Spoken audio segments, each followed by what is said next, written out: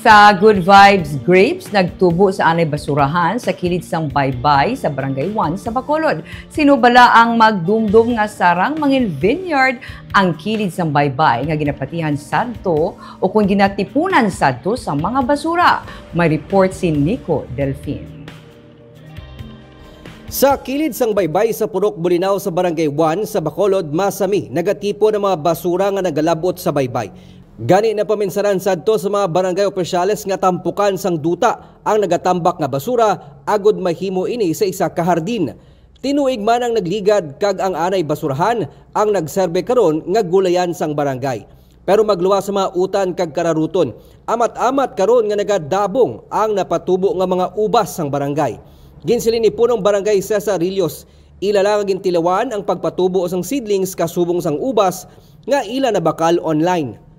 So nag-try ko sa online na order nga kung mabuhi. So kaya according sa iban, gambal man sila tungod nga basura ang dalom. So na baybay, hindi ko mabuhi ang grapes. So nabuhi. Actually, kung gustuhon mo gid, may paraan, no? Kung ayaw, siyempre maraming dahilan. So kung gustuhon mo gid sa nga tamna nga mag pursige, matuman mo gid ang gusto mo, so wala sa imposible. Magluwas sa ubas, napatubo man nila ang raspberry kag mulberry.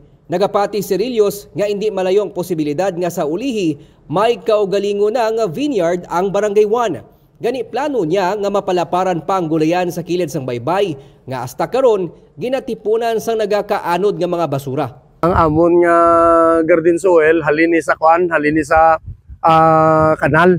Gadiklag kami, so dra namon ginabutang, and then ginabutangan na namon sang rice hull.